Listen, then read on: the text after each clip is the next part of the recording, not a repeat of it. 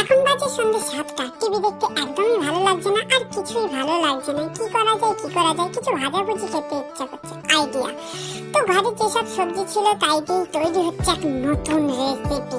ঘরে ছিল ময়দা, সেটাকে মেখে নেওয়া হয়েছে, আর আলু আর ধনে পাতা। চলো রেডি হয়ে যাক। এটাই কড়াইয়ে দিয়ে আলুগুলো ভালোভাবে নেড়ে ছেড়ে এক নতুন রেসিপি, যদিও এটা আমি ইউটিউব থেকে দেখেছিলাম, শিখেছিলাম। তো যাই হোক, সেই সবজিটা বানানো হয়ে গেছে এবং রুটিতে রোলের আকারে সেটা দিয়ে দেওয়া হচ্ছে, আর আমি সেইটাই করছি আর কেটে কেটে নিচ্ছি যাতে এক নতুন শেপ দেওয়া যায়। এটাও আমি ইউটিউব থেকেই শিখেছি। তো চলো কেমন দেখাচ্ছে সেটা তোমাদের দেখাই। তো এইরকম শুয়োপোকার মতন দেখতে লাগছে এই রেসিপিটা।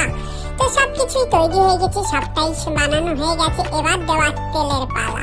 তো তেলে দিয়ে দিয়েছি, আর দিতেই এটাকে কড়াভাবে লাল লাল আকারে ভেজে তুলে নিলাম। দেখতে পাচ্ছ পুরো পোকার মতন লাগছে না? আর ব্যাস কমপ্লিট। এবার সস দিয়ে এটা মুখে চালান করতে হবে। তো এই দেখো ভেঙেছে, অপূর্ব লাগছে দেখতে। তো চলো টেস্ট করে দেখা যাক এটা কেমন লাগে। যাই হোক, এই আধখানা আমি খাবো না কিন্তু, কারণ আধখানা খেলে কি মন ভরে? তো এই পুরো একটা নিয়ে মুখে চালান করে দিলাম।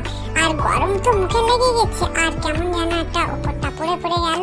যাই হোক বন্ধু, কেমন লেগেছে সেটা আমিই জানি, আর তোমরা দেখে বলো। আর আজকের ব্লগটা এই পর্যন্ত, মিনি ব্লগ। টাটা।